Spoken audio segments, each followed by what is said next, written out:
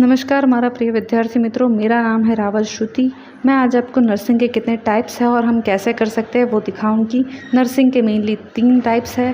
First type है ANM, जिसका full form है ऑक्सिलरी नर्स मिडवाइफ। ये सिर्फ फीमेल्स और गर्ल्स ही कर सकती है, जो 2 साल का डिप्लोमा कोर्स है, जो 12th आर्ट्स के बाद जनरली किया जाता है।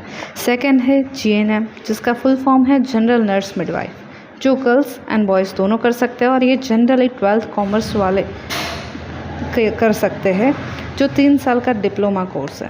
थर्ड है और लास्ट है BSc nursing, bachelor of science in nursing, जो बॉयज़ एंड गर्ल्स दोनों कर सकते हैं, जो 4 साल का डिग्री कोर्स है और ये 12th साइंस के बाद किया जा सकता है। तो हम इन तीनों टाइप्स को उसके सब्जेक्ट थ्रू डीपली जानेंगे। तो फर्स्ट है एएनएम ऑक्सिलरी नर्स मिडवाइफ, जो 2 साल का डिप्लोमा कोर्स है। उसके फर्स्ट ईयर में सिर्फ 4 सब्जेक्ट आता है, जिसमें से पहला है कम्युनिटी हेल्थ नर्सिंग, दूसरा है चाइल्ड हेल्थ नर्सिंग, तीसरा है हेल्थ प्रमोशन, चौथा है प्राइमरी हेल्थ केयर। और सेकेंड ईयर में सिर्फ 2 सब्जेक्ट आता है, जिसमें से पहला है मिडवाइफरी, जो उसके नाम में ऑलरेडी इंक्लूडेड है, दूसरा है हेल्थ सेंटर मैनेजमेंट। अब हम जाएंगे जीएनएम की तरफ। जीएनएम का फुल फॉर्म है जनरल नर्स मिडवाइफ, जो मैंने आपको पहले बताया है। डिप्लोमा कोर्स है 3 सालों का और उसमें फर्स्ट ईयर में पहला सब्जेक्ट है बायो साइंस, दूसरा है बिहेवियर साइंस, तीसरा है नर्सिंग फाउंडेशन, जो सबसे बेसिक सब्जेक्ट है नर्सिंग का, चौथा है कम्युनिटी हेल्थ नर्सिंग 1। अब हम जाएंगे दूसरे साल में। तो दूसरे साल में मेडिकल सर्जिकल नर्सिंग 1 एंड 2 दोनों इंक्लूडेड है, दूसरा सब्जेक्ट है मेंटल हेल्थ नर्सिंग, तीसरा है चाइल्ड हेल्थ नर्सिंग। अब उसका लास्ट ईयर यानी कि थर्ड ईयर में देखेंगे तो सिर्फ 2 ही सब्जेक्ट है, पहला है मिडवाइफरी, दूसरा है कम्युनिटी हेल्थ नर्सिंग। हमने एएनएम और जीएनएम के सब्जेक्ट जान लिए। अब सबसे लास्ट वाला है बीएससी नर्सिंग, जो 4 साल का डिग्री कोर्स है। ये न्यू एजुकेशनल फॉर्मेशन के बाद इसे 4 सालों को 8 सेमेस्टर में डिवाइड कर दिया गया है। तो हम सेमेस्टर वाइज उसके सब्जेक्ट्स देखेंगे। उसमें से पहला ईयर में पहला सेम है, जिसमें फर्स्ट सब्जेक्ट है इंग्लिश, दूसरा है एनाटॉमी एंड फिजियोलॉजी, तीसरा है सोशियोलॉजी, चौथा है साइकोलॉजी, 5वां है नर्सिंग फाउंडेशन। सेमेस्टर 2 में बायोकेमिस्ट्री है, दूसरा है न्यूट्रिशन, तीसरा है नर्सिंग फाउंडेशन 2, चौथा है नर्सिंग इंट्रोडक्शन टेक्नोलॉजी। अब हम जाएंगे सेकेंड ईयर की तरफ। तो उसके सेम 3 में माइक्रोबायोलॉजी फर्स्ट सब्जेक्ट है, सेकेंड सब्जेक्ट है फार्मेकोलॉजी, तीसरा सब्जेक्ट है पैथोलॉजी और चौथा सब्जेक्ट है पैथोफिजियोलॉजी। जनरली सेम 4 में सेम 3 वाले सभी सब्जेक्ट के पीछे 2 लगाया जाएगा। तो पहला है पैथोलॉजी 2 विथ जेनेटिक्स, दूसरा है फार्मेकोलॉजी 2, तीसरा है pathophysiology plus geriatric nursing. Pathophysiology भी दूसरी बार आया है।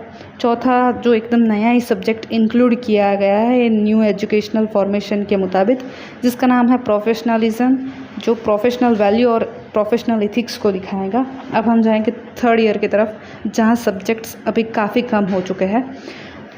5th सेम में पहला सब्जेक्ट है चाइल्ड हेल्थ नर्सिंग 1, दूसरा सब्जेक्ट है मेंटल हेल्थ नर्सिंग 1, तीसरा सब्जेक्ट है कम्युनिटी हेल्थ नर्सिंग 1, चौथा सब्जेक्ट है नर्सिंग फाउंडेशन।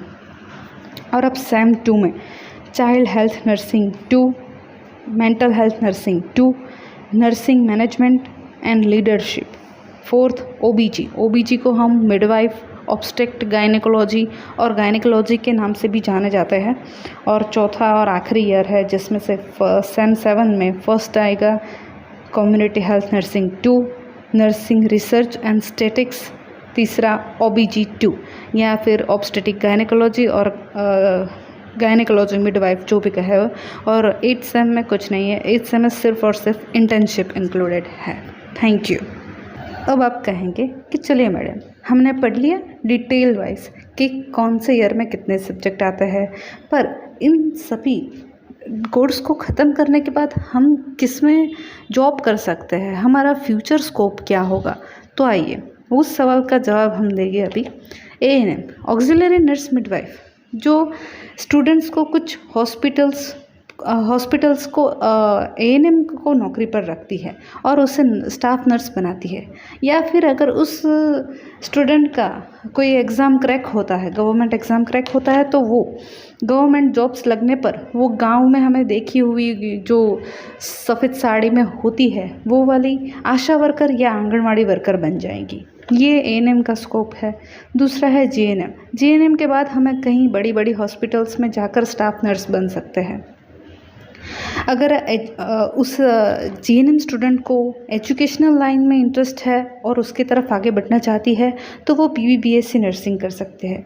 पीबीबीएससी नर्सिंग का फुल फॉर्म है पोस्ट बेसिक नर्सिंग, जो हम आपको हमारे वीडियो में डिटेल्स में बताएंगे। पीबीबीएससी के बाद वो स्टूडेंट भी ट्यूटर, वो जो जिसने पीबीबीएससी की पढ़ाई की है वो भी आगे जाकर ट्यूटर बन के एजुकेशनल लाइन में एंट्री कर सकती है।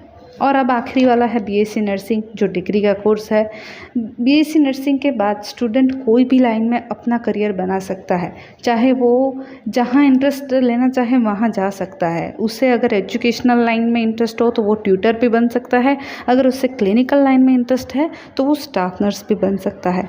ठीक है दोस्तों, अब हम अगले वीडियो में मिलेंगे। तब तक हर हर महादेव। तब तक आप मेरे वीडियो को लाइक, शेयर एंड सब्सक्राइब कीजिए और मुझे अगले वीडियो के लिए मोटिवेशनल कीजिए। Thank you.